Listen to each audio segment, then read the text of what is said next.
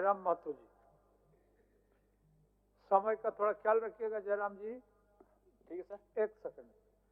मान्य सदस्यगण, सभा की सहमति हो तो सभा की कार्रवाई समाप्त होने तक समय बढ़ाया जाए। बोलिए।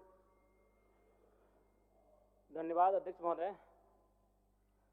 सरकार ने ग्रामीण विकास के लिए 9,841 करोड़, ग्रामीण कार्य के लिए 4,776 करोड़, पंचायती राज के लिए 2,144 करोड़ और वन पर्यावरण विभाग के लिए 1,381 करोड़ की मांग रखी है।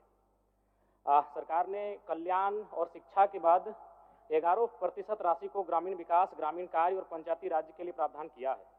इस राशि को सरकार अगर खर्च कर पाए तो बहुत बड़ी उपलब्धि होगी अध्यक्ष महोदय, लेकिन विगत वर्ष 13,657 करोड़ की राशि ली गई थी, परंतु खर्च मात्र लगभग 10,176 करोड़ की राशि को खर्च कर पाए थे। यानी कि 3,481 करोड़ की राशि का खर्च नहीं हो पाना दुर्भाग्य अध्यक्ष महोदय। जबकि ये ग्रामीण व्यवस्था की बात है, पंचायती राज की व्यवस्था है। ग्रामीण यानी गांव, और गांव तभी सशक्त होंगे जब उनका जो हिस्से की राशि है वह 100% खर्च हो पाए। बीते वर्ष देश की प्रति व्यक्ति आय 2,28,000 रुपए थी अध्यक्ष महोदय। गोवा में सर्वाधिक 4,61,000 रुपए, वहीं हमारे झारखंड में मात्र 68,612 रुपए थी, जो कि चिंताजनक है। अध्यक्ष महोदय, भारत की आत्मा गांव बस्ती है। ग्रामीण विकास को मापने के लिए प्रति व्यक्ति आय एक अच्छा पैमाना है। जब झारखंड राज्य को अलग किया गया था उस समय हम लोग प्रति व्यक्ति आय में 26वें स्थान पर थे, और बड़ी दुर्भाग्य का बात है आज भी हम लोग 26वें स्थान पर बरकरार है अध्यक्ष महोदय। अबुआ आवास योजना के तहत 6,01,135 निर्माण को स्वीकृति दी गई है। इसके लिए सराहनीय पहल है, लेकिन मैं बताना चाहूंगा अब तक 19,685 कार्य ही पूर्ण दिखाए गए हैं। अगर इसी गति से अगर काम होगा अध्यक्ष महोदय तो हमें लगता है 25 साल का समय लगेगा, जो कि एक चिंताजनक विषय है। अध्यक्ष महोदय, पंचायती राज की स्थापना इसलिए की गई थी ताकि गांवों को सशक्त किया जा सके, ग्रामीणों को सशक्त किया जा सके। लेकिन आज अगर बात करें झारखंड में पंचायती राज व्यवस्था की बात करें अध्यक्ष महोदय, तो ये व्यवस्था कहीं ना कहीं जो हमारे जनप्रतिनिधि चुन के आते हैं उन्हें उचित अधिकार नहीं दे पाई है। संविधान की धारा 243 के प्रावधान के अनुसार 11वीं अनुसूची में सूचीबद्ध 29 विषयों का अधिकार पंचायतों को देना है, लेकिन झारखंड में इन 29 विषयों पर त्रिस्तरीय पंचायती राज व्यवस्था जनप्रतिनिधियों के अधिकार से बहुत दूर रखा गया है। हमारा राज्य संविधान से ऊपर नहीं है अध्यक्ष महोदय। अतः मैं आपके माध्यम से सरकार से मांग करता हूं कि जो संविधान अनुसूची 11 में 29 विषय पंचायती राज संस्थाओं को प्रदान किए गए हैं उन्हें पंचायत को मिलना चाहिए। अध्यक्ष महोदय, वन, क्योंकि झारखंड यानी वन एक महत्वपूर्ण अंग है हमारा, और आज अगर बात करें तो 29.81% वन भूमि है, जिसमें शायद अभी हाल में 2% का इजाफा हुआ है। लेकिन अगर घने वन की बात करें, घना जंगल, उसकी प्रतिशत मात्र 3.5 है, जो कि चिंताजनक है अध्यक्ष महोदय। अध्यक्ष महोदय, WHO का रिपोर्ट है कि झारखंड में प्रदूषण को लेकर अलर्ट जारी किया गया है, और अगर प्रदूषण की बात करें तो धनबाद जिला सबसे आगे है।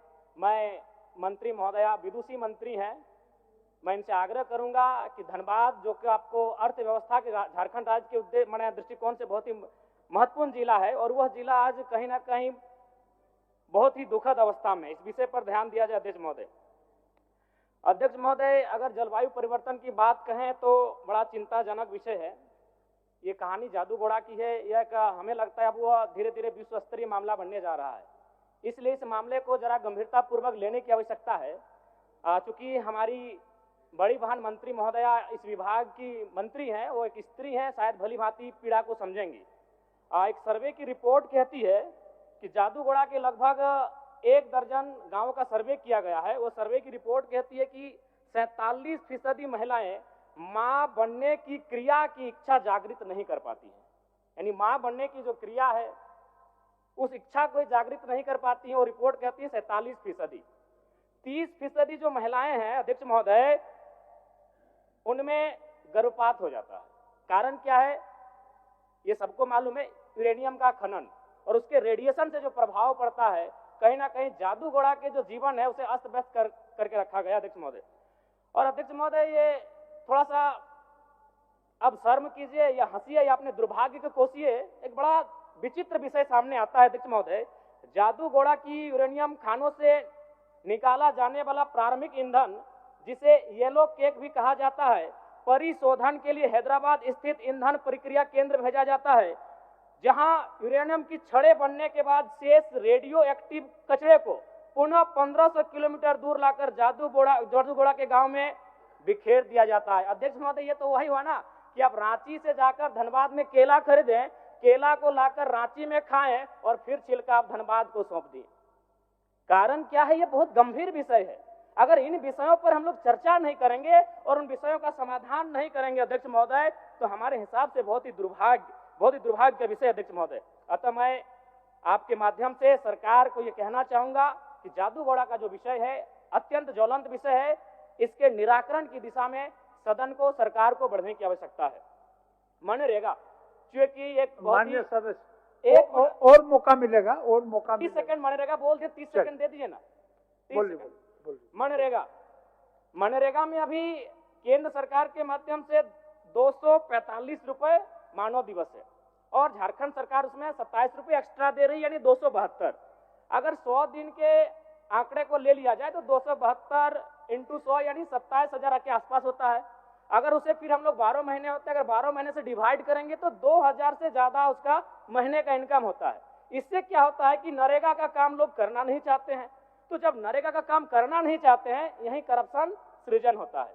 क्या करते हैं? वह जेसीबी के माध्यम से काम कराते हैं, फर्जी तरीके से लेबर का रजिस्ट्रेशन करते हैं और यहीं से एक लूप होल मिल जाता है जिनको करप्शन करना होता है। इसलिए मैं ये मांग करूंगा कि जो मनरेगा का विषय है और मजदूरों का जो न्यूनतम दर है, उसे कम से कम एक अकुशल मजदूर का आज के डेट में लगभग 400 से ज्यादा उनका दर है अध्यक्ष महोदय। तो अगर उस दिशा में अगर मनरेगा की योजना को लेकर हम आगे बढ़ेंगे तो शायद मजदूरों के साथ एक न्याय हो पाएगा। धन्यवाद अध्यक्ष महोदय, बहुत बहुत धन्यवाद। माननीय सदस्य श्वेता सिंह।